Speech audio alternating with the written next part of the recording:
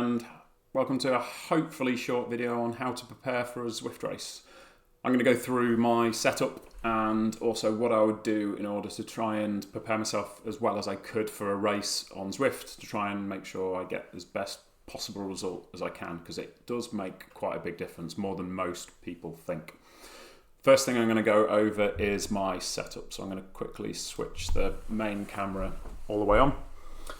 And then I'm going to go through how I set up my Zwift in terms of how it looks, and also in terms of why I do that to try and make my results get as well as I possibly can. First thing I'd look at is actually kind of the setup of your room. So making sure you've got decent airflow, open the windows. If you've got two places for the windows to have, then that's absolutely brilliant. Fans, really, really important. One fan aiming at your core to try and keep your core as cool as you can. Second fan I would use to try and actually make sure that you, just trying to loop the cable over. Second fan I would use to try and aim at your upper torso, and that one I would have on a remote control. So I always have the Backmaster fan on that one, and I'd change it normally 2 or 3 times during a race actually. Really, really important to make sure your temperature's right. While I'm stood at this position, next thing is your screens and how you actually set them up. I've got 2 screens because I now run on a computer. That one I'd have my second data, that's just for this one in terms of the tablet. But the actual TV itself and how you would use that, make sure that it's low. Loads of people have it up way too high, not good for your neck. In terms of preparation for the race and setting it up, making sure that you've got your phone, which will have information that you'll be able to use during the race right in front of you. You can use it for the Zwift companion app. You can use it to send messages if you want to. Zwifting is a pretty sweaty experience, so making sure that you've got a decent towel covering your handlebars also stops sweat damage and corrosion onto your handlebars, which is really, really important. Sweat catcher again on there, decent mat to put it on. Drinks bowl, it's fairly self-explanatory. Headsets. In terms of preparation for a race, making sure your headset is charged. I always have 2, just in case one of them stops working. Just means in something like a team time trial, you never get to the point where people can't hear you, which is really, really important. One teammate recommended to me headbands, and I've never looked back. Go get a headband. You can get fairly cheap ones, make sure they're fairly thick. I'll often swap them during the course of a race actually, just to stop that sweat from going down your face. Heart rate monitors, and I mean monitors. I have 2. If something's going to fail before the start of a race, 90% of the time it's going to be your heart rate monitor. If you have a 2, you just switch to the second one. If you don't have 2 heart rate monitors, at least have a battery so you can change it when that one goes down. If something's going to stop working during a race, heart rate monitor. For me personally, I go a bit extreme. I have 2 sets of shoes just in case the cleats go off on one of them. I can quickly switch onto the other one. Coffee, really, really important. But having a setup that you enjoy being in because you spend a lot of time there is really quite important. Right, let's hopefully quickly switch on to the other screen. The next thing that I'd probably look at in terms of setup for a race is actually something to make sure that something doesn't drop out during the race, your connection. I've had 2 dropouts during my time in Zwift, and I hated them. They never happen during an easy race. They always happen in one where you really don't want to, like a Zwift Racing League, where your points count towards your team and you just feel horrible after you've had a dropout. Because of that, make sure you sort out your connection. If you're having any Bluetooth issues, any ANT Plus issues, fix them. They're normally to do with where your dongles are placed, crossovers with the connections. There's some decent videos out there. Look for those videos, find out how to sort your connection. I had one issue with that. Because of that, I went to the direct connect now. So now my bike sends the data directly into my computer. Just for me, gets rid of that issue completely. Wi-Fi. Anyone that has Wi-Fi issues, just run a cable straight through. I drilled a hole in the side of my house, ran a cable right around the outside of my house and directly into this room to try and sort that issue out as much as I can. Making sure you've got that stable connection, really, really important. And I guess the next bit that we're going to move on to is in terms of how you would set everything up depending on what platform that you end up using. The course is the most important thing to actually make sure that you understand. So knowing what's coming up is one of the most important things you can do in Zwift. And there are ways that you can do that. So before you even start a race, one of the first things that I would do is try and figure out what the course is. You can do that in a couple of ways. If you go to Zwiftpower, Zwiftpower really is your friend. It gives you so much information about the race, your competitors, etc. If you go on to Profile, and then you go on to sign-ups in a second when it pops up, that will tell you the races that you've signed up for. And I only signed up to one a minute ago, and it obviously hasn't uploaded onto there yet. If you can't find it on there, then click onto the Zwiftpower icon in the top left, and then you can find races. You can also find races that you want to do, but you can also see the one that you've signed up to on here. If you've done it last minute, it hasn't come up on your profile like mine hadn't before. So if you go down and find a race, I'll just find one a little bit in the future to make sure it's a race that hasn't already started. So that one at 4:30, you can see how many people are going to be in the race. That tells you how difficult race is going to be within reason. And if you click on that, that'll give you information on that race. It'll tell you the course. It'll give you a map to show you what that course is going to be like. I wouldn't trust that one as much. I've seen that be a bit wrong sometimes. There's other ways to get the course. I think they're much better, much nicer to look at that as well. You can then rank, and you can have a look at all the races that are in your category. So if you're in D category, C category, B category, or A category, you can see all the races that are actually in there. You can rank those races by their racing rank. Now, this isn't the be-all and end-all. Racers can get a high racing rank by doing loads of those mini races, for instance. But you can get a general idea of who the better racers are in your race and who to maybe watch out for by having a look at that. Again, prior information on these people is pretty useful.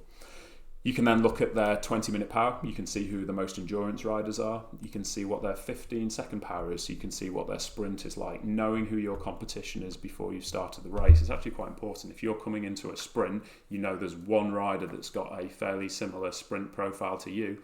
Let him sprint first. You sit behind him and out-sprint him at the end, and let him do most of the effort, tie, then you go past him at the end. If there was only one rider that you're really worried about stats-wise, that's a very nice way to do that, but your prior preparation before that is the only thing that can lead you in towards that. The next thing that I would do is get a better information on the course. So one of the best ways you can look for the course is something called Zwift Hub. So you can go into Zwift Hub, you can filter it by a little button, filter in the bottom left that you can't see because of my picture, but it's there. And then you can clear all, you can select which course you want to do. So let's say I wanted to go do a race in Yorkshire. I could then scroll down, I could see the key bits of information. Royal Pump Room would be a really important one to know exactly where you are as you're going around that course. I personally would do this on my phone. I would take a screenshot of that. I'd then crop it to that position. Now, what you do with that information next is the important bit. You should have that on your phone for every single race that you do. Even if it's a race that you're just about to enter into, take a photo of that, put it on your screen, stick it right in front of your bike in the way that I had it earlier. And then when you're racing, going over those gradients, you should hopefully know where you are, and then you know what's coming up. So if you've got a long flat section with a climb coming up, you know how long you've got to go to that flat climb. I'll show you in a second how useful Source for Zwift is for showing that. The next thing I do if it was a really important race is I would look at one of the race recons. So I make race recons, Cy Bradley makes some brilliant race recons. There's loads of people out there making them. Go and have a look. Go and do a race recon yourself, and you'll start to learn when people will actually push. If you're going to do a recon, don't just ride around it. Actually find one that's a proper race and push the segments just like it was, and type in the chat and get other people to push them as well. The more closer it is to the actual race situation, the more likely people are to be able to actually simulate those same conditions. People tend to push at the same points in races if they mean something. So you can go and you can find out some information. You can compile those two bits of information together. So this is something that I did for a Zwift Racing League one quite a long time ago, actually. I just found it in the old messages from the chat. So if you go into this one, you can just quickly see that I've compiled those two, and I've got them to put one information on top of my screen. So I can see the key information on the sprints, when they start, how long they are, and exactly what type of sprint, and whether they're FTS, FAL, etc. And when they start. And at the same time, I've got the map, which means on my screen, on my phone, I just need one screen in front of me that tells me that information. And then my two tabs that I have open, which will normally be the companion app and the picture of the course, I can flip between them pretty easily. And I can always know where I am. I know what's coming up. But knowing that is the preparation that you should have done before the race starts. So How else would you do it? The way that I would do it nowadays is I would do it with Source of Zwift. So Source of Zwift is amazing. Part of me hates it, even though I really like having it, because the Source for Zwift information is something that people never used to have. So I found that I did more recons than everybody else, and I wrote down the notes that most people didn't do, and I always had the course map in front of me, so I felt more prepared for the races, whereas now you can, it's not cheating, maybe some people would think it is, but you can have that information readily available, and not only that, you can see exactly where you are on the racetrack. That I'll show you again in a second. So one part, I'm going to click on this and hopefully it'll jump me into the race. In the bottom left, you can't see it at the moment, sadly, and I don't think I can jump out of this into a main screen, but in the bottom left, you'll have that join event icon. If your event starts at 7 o'clock, log on at 6:30 if it's a really important one, or just before 6:30, and the pen will open up at 6:30. You can jump into the pen straight away, then you can go sort out your drinks bottles, sort out your shot of coffee. Really important. You can also go get changed at that point, then jump on your bike and start your warm-up. But if you've done that, even if you exit the pen, if you jump back into the pen again, let's hope this is a race that I've done that hasn't already started. We'll find out in a minute. Of course, the race has already started. If you do that and then you jump into the event again, it will drop you in right at the same place on there. So I'm going to have to, oh, hold on. Let's actually, if I stay there and then join another one, I think it jumped me into a previous one. Hopefully this one hasn't started yet. And this should hopefully drop me into the pen, and it drops me into the pen reasonably close to the front. So if I change the camera angle, it'll do it for me in a second anyway, won't it? But it's dropped me into the pen reasonably close to the front because of the fact that I'd entered it a little bit early. If I'd have been the first person into the pen, it would have dropped me right at the front of that one. On that one, maybe actually I hadn't entered that beforehand, but it really does work, that it will drop you right at the front of the pen before you start. What I will do nowadays is, hopefully I'm in the pen nice and early. I tend for a big race to do my warm-up in there, and at the same time I'll be trying to work out what's happening on the race. Now, if I open up Source for Zwift, for me, I've set it up so that I have the course map right in front of me. It's always on the screen right in front of me where I'm racing. I can do this when I'm racing as well. I can bring my cursor for my mouse in and I can move it up and down, and I can see exactly what distance any of these changes in gradient are happening.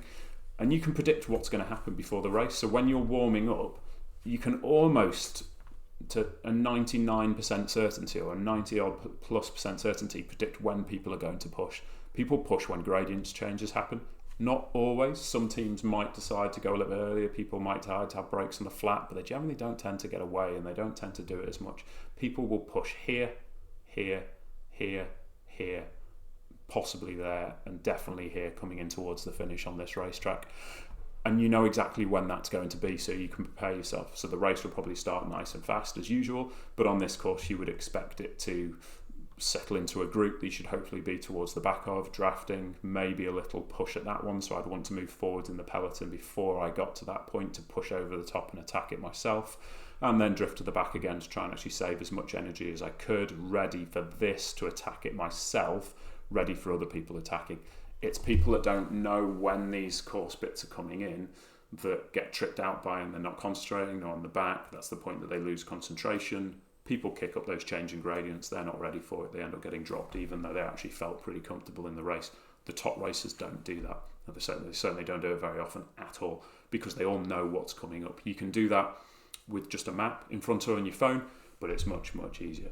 If I pull it across from the video and hopefully show you one, I've got no actual video, so I'll close down the source icon, open this up again, and then go into a video that I've actually shot previously. So this was a 5v5 race. If you ever get a chance to do the 5v5 races, do it. They're absolutely amazing. They're brilliant fun.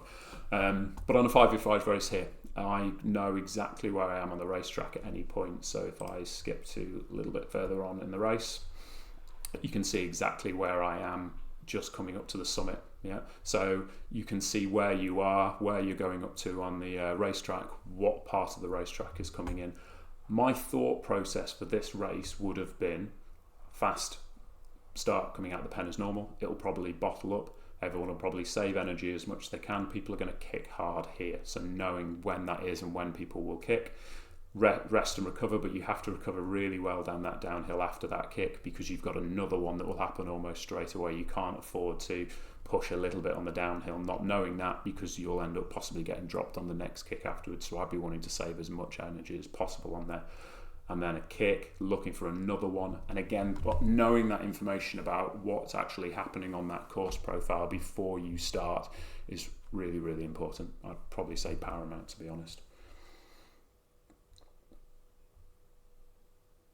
Okay, and that is about it in terms of what I would actually look for in a race, to be honest. The main thing is prior preparation. My coach always used to say prior preparation prevents something, poor performance, that I can't say the other bit in the middle. Prepare for it.